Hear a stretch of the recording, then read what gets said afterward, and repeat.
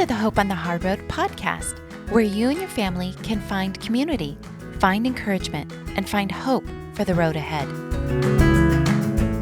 There are so many people in this helping profession that want to be there for you. Yeah. All you have to do is take that first step to reach out and ask for it, and I can promise that it will be there for you. Hey ladies, we're coming up on our Mom's Day Out conference this May 16th through 18th, and we would love to see you there. Join us for this incredible conference filled with lots of community connections, engaging speakers like Angela O'Brien of the Especially Organized podcast, and fun activities designed to rejuvenate the body, mind, and spirit. We still have several one-day conference tickets left, so bring a sister, a friend, or another mom journeying alongside you and join us up at the Oaks here in San Diego, California. Hope to see you there. May is Mental Health Awareness Month. Studies have shown that individuals with disabilities, including children, experience higher rates of mental health distress and mental health disorder compared to those without disability. Today, as we discuss this important topic, we are excited to introduce you to Elizabeth Strout, licensed clinical social worker and clinic director of Ellie Mental Health San Diego. Elizabeth values being a compassionate, inclusive, authentic leader, supporting persons of all ages and experiences with mental health needs for over 14 years. Let's get started on our new series with today's episode. Hey Liz, it is so good to see you. Thanks for coming on the podcast today.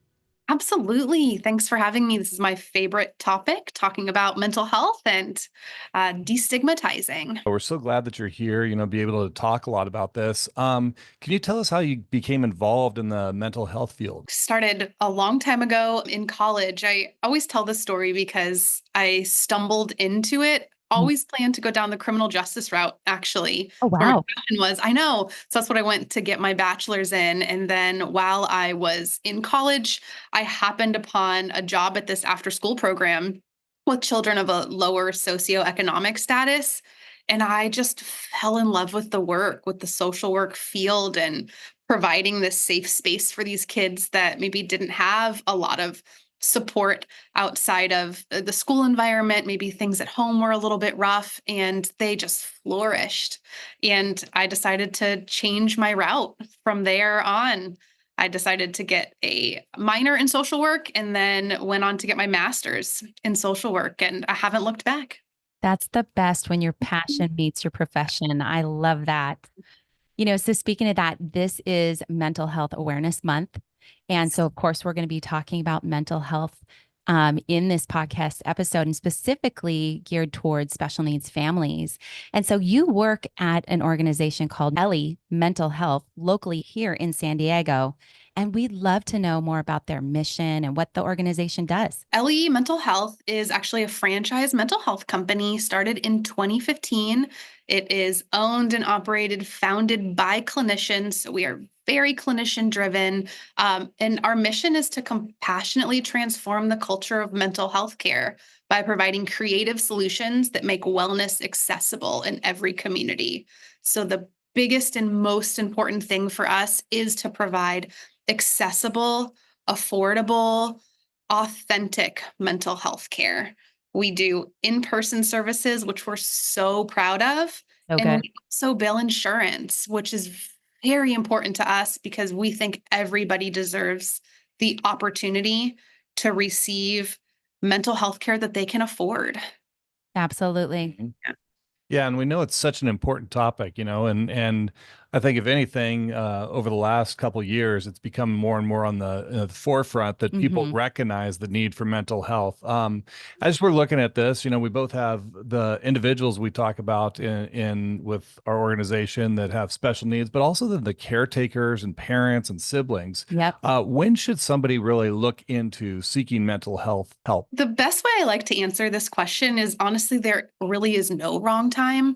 What my goal for the world would be that we address mental health care the same way that we address physical health care, that it is something that we always are staying on top of and that we're always tending to and giving care and support to.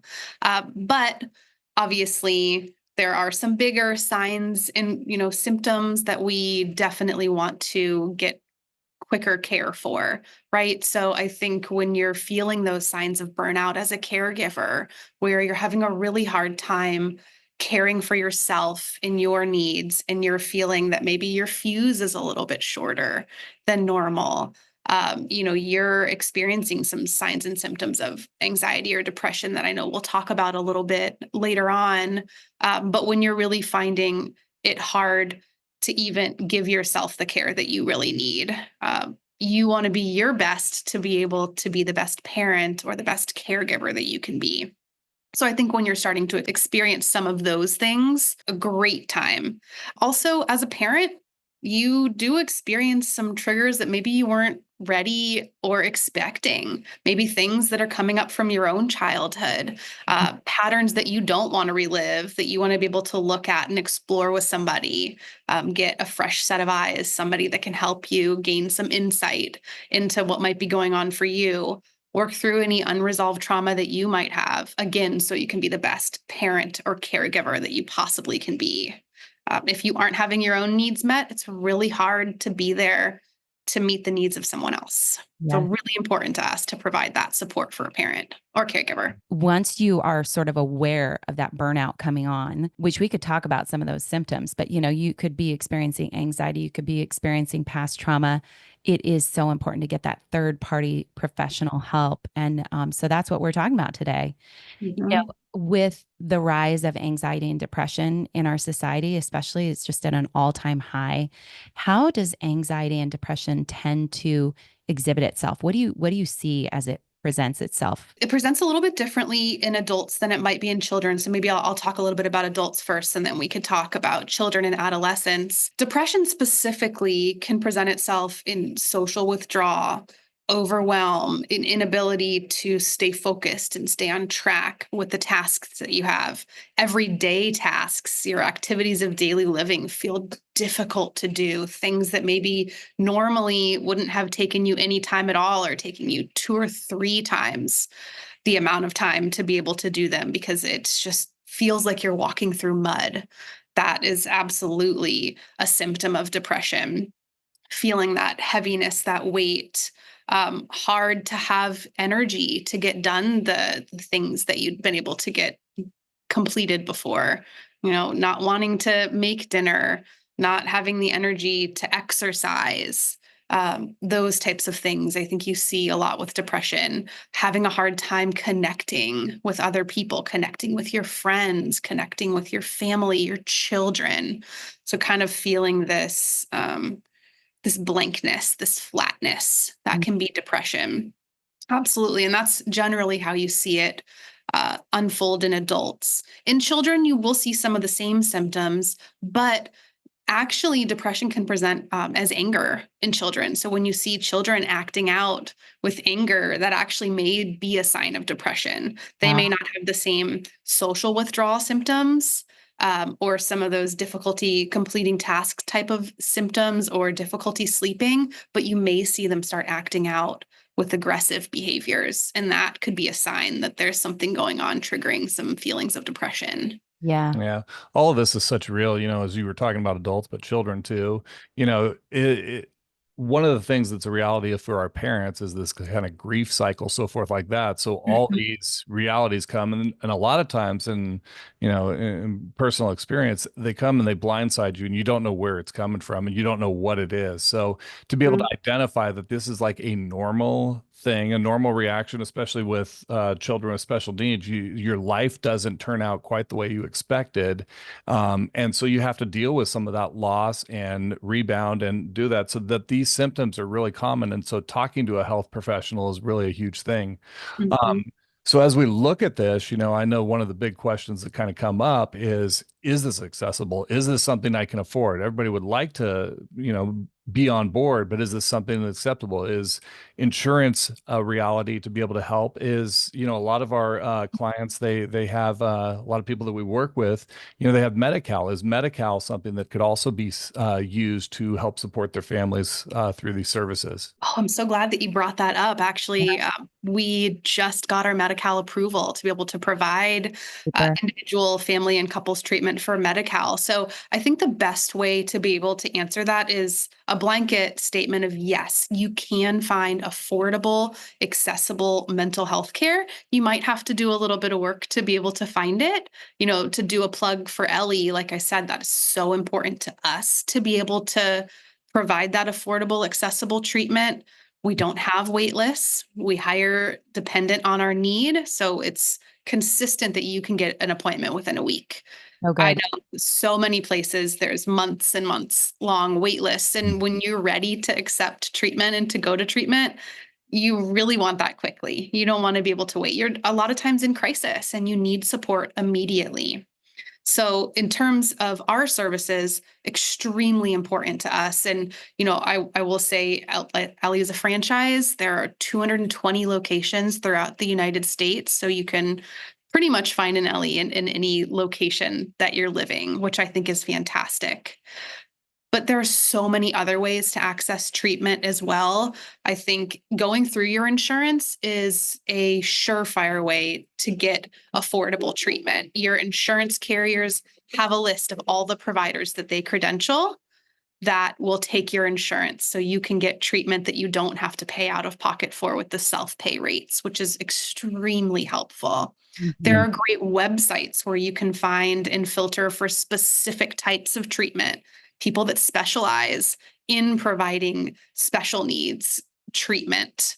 I have a couple staff here that specialize in treating ADHD and autism. Mhm. There are other providers that have even wider specialties. Psychology Today is a fantastic website to be able to find therapists that take your insurance and that specialize in what you're looking for. So I am really happy about where our field is going in terms of providing accessible care.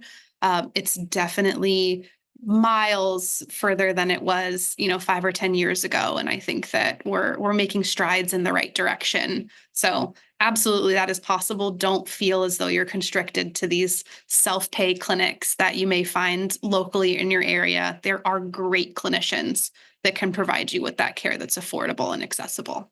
That is so Mhm. good. And I love that you pointed out, just the shift that's taken place in the accessibility and the fact that you can find resources like this more readily. Thank God, literally, right? Um, Absolutely. So important. yeah. When you're looking at counseling, a lot of our families are going to want to know, like, what does it all entail? What do the sessions look like? What should we expect, especially when you're having counseling for your child and you maybe are called to leave the room for confidentiality, things like that, right?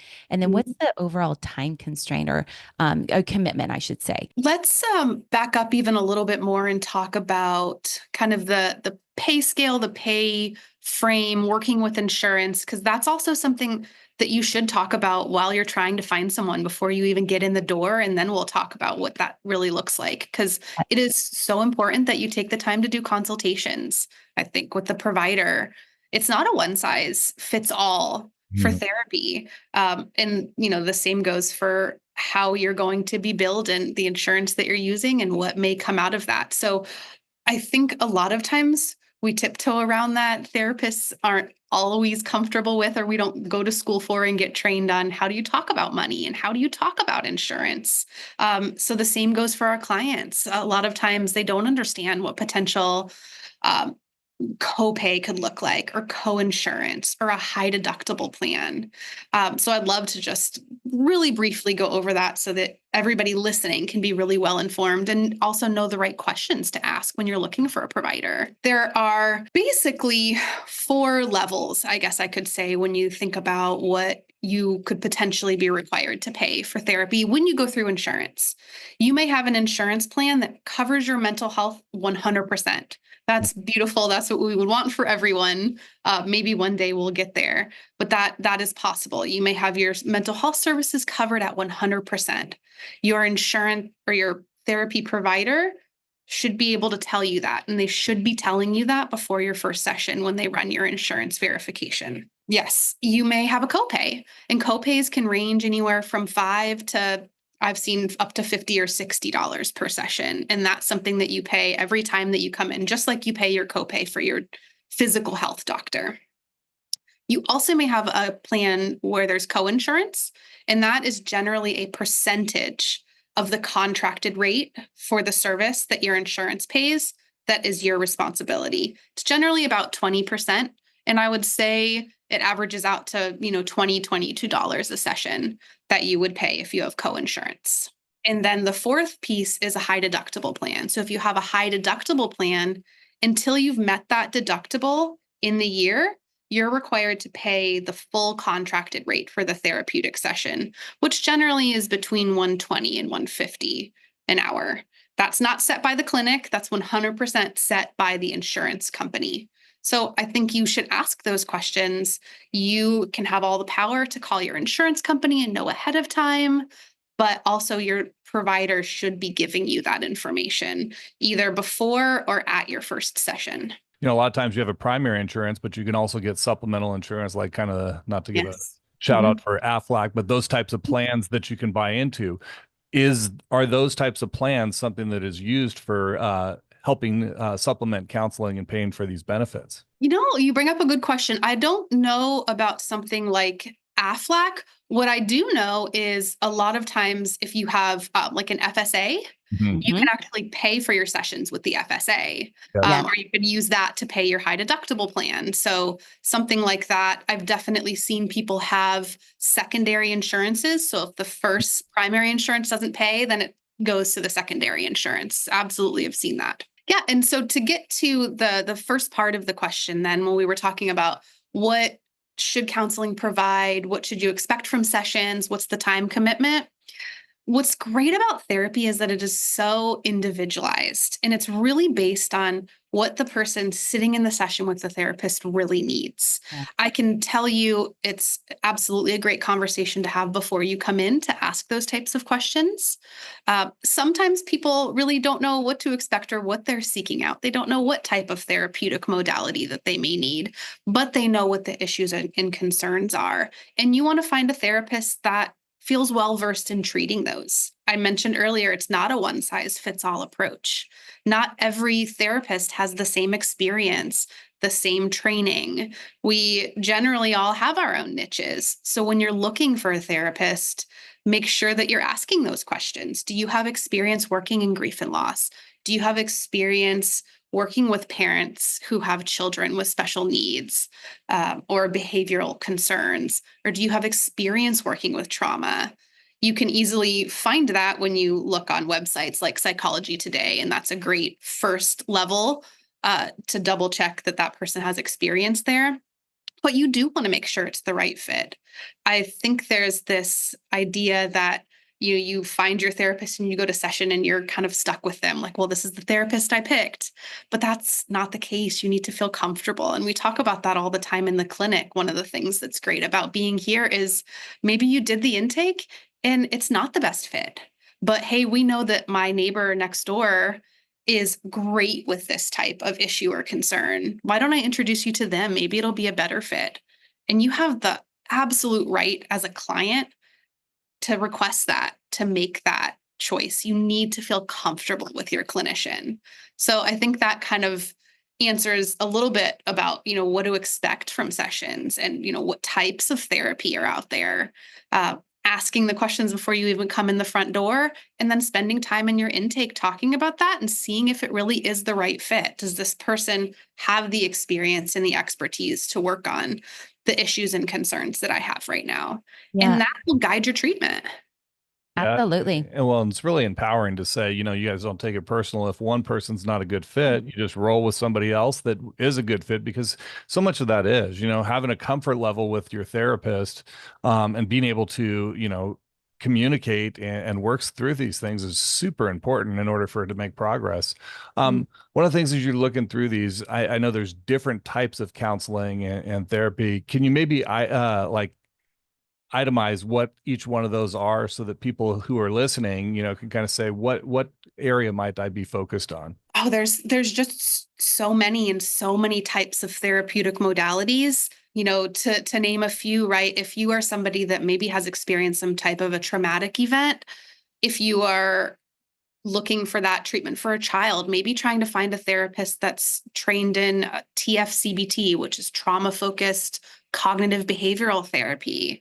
EMDR, eye movement desensitization and reprocessing, is a great therapy for trauma. I practice that. I swear by it. I think it is a fantastic trauma tool. There's also cognitive processing therapy. So if you're looking for somebody that can treat trauma, those are some great therapeutic modalities to look out for. If you're trying to treat maybe anxiety or depression, something like cognitive behavioral therapy or acceptance and commitment treatment, so CBT or ACT, are fantastic. Dialectical behavior therapy is great for a lot of those behaviors that are more external. So when we're seeing maybe self-harming behaviors, difficulty with emotional regulation. So there's so many different types of treatment dependent upon what your issue or your concern might be. So I think asking those questions, I think that should really happen on the client side. What type of treatments do you provide? And how do you think that they could help to address the issues that I'm facing right now? I think there's so much power in that too, because that gives you choice. Mhm. So good. And, Mhm. when you're looking at, again, what do you see as sort of the time commitment, as far as like, how long do you see typically families, people going to counseling? How long Mhm. is a session itself? Great questions. So sessions are typically, if you're insurance billing, they're about 53 minutes. So close to an hour for an insurance billing session. And again, the length of time that you stay for treatment is so individual to each person. It really depends on the issues or the concerns that somebody's coming in with. There are absolutely brief treatments where you could come in for, 8 to 12 weeks and then potentially look to discharge. I would say, I believe the national average is about 21 sessions. And I'd say that's probably close to what we see as well, but everybody is different. We have clients, and I've had clients that have stayed with me for years because they've got just ongoing issues and concerns that they need to work through. And trauma treatment, can take some time. So I think that's also something that might be a longer time commitment. Generally, when we're working with a new client, you see the best results when you come consistently weekly. Mhm. Understand, and we all understand that may not work for somebody that has a lot of demands. Weekly appointments can feel really daunting. Mhm. So that is also individualized. If it only works for you to come every other week to start, that's completely fine.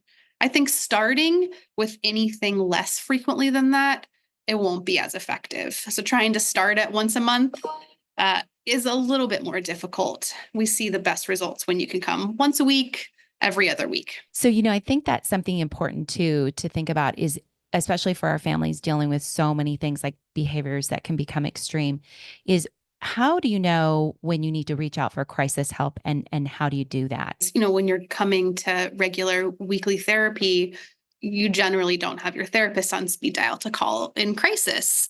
That's not necessarily the purpose of those services. So we have some really fantastic emergency supportive services in San Diego County, and I know all throughout the US, these actually are popping up and becoming more prevalent. To answer your question first, before I talk about what some of those are, I think we always want to address the safety piece. So, if you have a safety concern, if there is any type of threatening behavior, suicidal ideation or attempt, if there is a weapon, if you've practiced your de-escalation skills that you've probably learned through the therapy that you're going through or the ABA work that you've been doing in the home, and those things aren't working, you can absolutely reach out for support. And there are services that can come to you to provide that de-escalation, because sometimes you need an outside person or an outside service. It may just be that You are triggering one another, and there's not anything that can be done in the moment, not because you are not trained and you haven't been engaging in the skills, but it has escalated beyond the point of your intervention working. And there is no shame in that. That's why we have these services. They were created for a reason. So in San Diego County, if you call our access and crisis line at 888-724-7240, you can request the mobile crisis response team. And they are a fantastic service. They come out without law enforcement, licensed clinicians, a case manager, and a peer with lived experience to help de-escalate the issue that's going on. If needed, they can transport to a hospital or a crisis center, but their biggest goal is to intervene in place and keep everybody at home together and safe. I know we talked about, the difference between adults and going through counseling and help, and then children. And children typically display what's going on inside of them with behaviors. What kind of strategies do you have to help through some of these agitated behaviors that you might see on a day-to-day basis? Yeah, one of the things that I have always loved to do with my younger clients, the children that I've worked with, even adolescents, that parents can absolutely do within the house is, first off, let's create a space that's theirs and theirs alone, that feels comfortable, comforting, safe. And create a coping skills box that your kiddo can go to when they're escalated. And you can even engage in those skills together. I think it depends on the child and what helps to calm them, but let's have those things readily available that you can attempt to engage in or redirect your child to be able to use in those moments. Let's try to help them practice those skills that they've been learning or that you've been learning about before we try to tell them to stop engaging in the behaviors that they're engaging in right now. I think when you immediately go to a punitive response, that can be more triggering. So let's try and use this as a moment to practice those skills actively that you've been working on together. You can put in your coping skills box things that are tactile, that are calming for your children. So using the senses is extremely beneficial. It's very grounding, can bring your children back to the moment. So things that they could taste. Do they like sour candy? Those are great ways to shock someone back into, let's get in the moment and out of whatever is causing this disruption. Are there smells that they really like that are calming to them? Is there a lotion that smells really good, that's their favorite smell, that you could together maybe put on your hands and do some deep breathing with? Are there things that your children really like to touch, or maybe stress balls that you've made? So I think using that time to try and actively practice those skills together, not telling them to go do that. Let's make this a moment where we can learn how to both regulate our systems. It's great for attachment as well, but is one of the best ways that you can help try to practice that regulation. That is so good. So good. I love that co-regulation too. Empowering. Oh, yeah, Mhm. absolutely. As we talk, Liz, we would just love for you to share some stories of how you've seen therapy and mental health impact in a positive way the families that you've served. There's one that always sticks out to me, probably for the rest of my career, as just a beautiful story of what it means to work together with a child and a parent and a family. And I hope that if, nothing else comes out of this, that really shines through, that it's never just the one person in the family that we're trying to reach, right? Right. Everybody can benefit from this support, and it can help you to grow together. We can all practice and learn those skills. If you are somebody that has a child that is receiving ABA therapy in the home, go get some individual treatment for yourself so that you can focus on what you need to focus on. Or a sibling maybe that isn't special needs can go to therapy and learn their own skills, and you can come back together and talk about those things as a family and practice them together. And I bring that up because that's one of the cases that really sits with me and stays with me, and probably will forever. It was someone that I did in-home therapy with many years ago. She was adopted, had a lot of behavioral issues. She was young. They really weren't sure if they were even going to be able to maintain the adoption. And they got to that point, and it was really difficult. It was a hard choice for them, but it was disrupting the other children in the home. They were feeling such a disconnect. And we decided, let's really commit these next 3 months to actively working on all the skills that we're practicing, that we come together as a family, like try everything before you get to that point. And we did so much collaborative family work together. We did a lot of attachment work. It was a lot of play-based work, a lot that focused more on the connection than addressing the negative behaviors. Yeah. Let's get to the point where you love to be a family. Absolutely. Love your connection and your interactions with each other, and let's build from there instead of let's address these, things that you're really not liking about one another. And they did. They committed. They were so engaged in the services and did a complete 180, all of them, everybody in the house. So everyone came together, and that idea of the adoption no longer working went out the window. They were fully committed to each other. Behaviors improved drastically. They felt connected. And they would send me postcards from family vacations years after, like pictures, how happy they were with each other and how connected they felt. And I think part of what was so successful is they also were really honest about their struggles. Yeah. Like, it was hard to get to the point of being able to say, I don't know if I can do this anymore. But I think that was the turning point. Mm-hmm. No shame in saying that you need help and that you're at your breaking point. That's You right. don't have to be strong for everyone. That's right. Yep. Yeah. It's a place to be able to come in and receive help and see change. Everything that you're sharing with mental health, counseling, helping these families, there's a lot of hope. Yeah. And that's a lot what we're about. Hope on the Hard Road. It's very deliberate in how we're named. And so one of the things we always like to ask is, what is one thing you'd like to leave with our families that would bring hope for the road ahead? There are so many people in this helping profession that want to be there for you. Yeah. All you have to do is take that first step to reach out and ask for it. And I can promise that it will be there for you. That is huge. Yep. That is everything. And Because families get to such a desperate point. They And I do. love that this episode has been very realistic about that there are some real breaking points, There are. and yet there is help and there is hope out there. So Liz, thank you so much We for appreciate this. it. Lee, What a wonderful episode. Seriously, thank you so much for coming in. I'm happy to do it anytime anyone wants to talk about mental health. I'm there. I think that it's such an important topic. And the more that we talk about it, the easier it'll be to knock down those walls and for more people to get the help that they really deserve to get.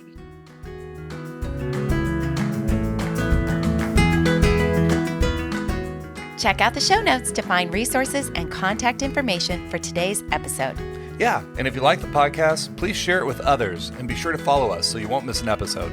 We love to hear from our listeners, so leave us a comment or rating and connect with us on social media or on our website at hopeonthehardroad.org.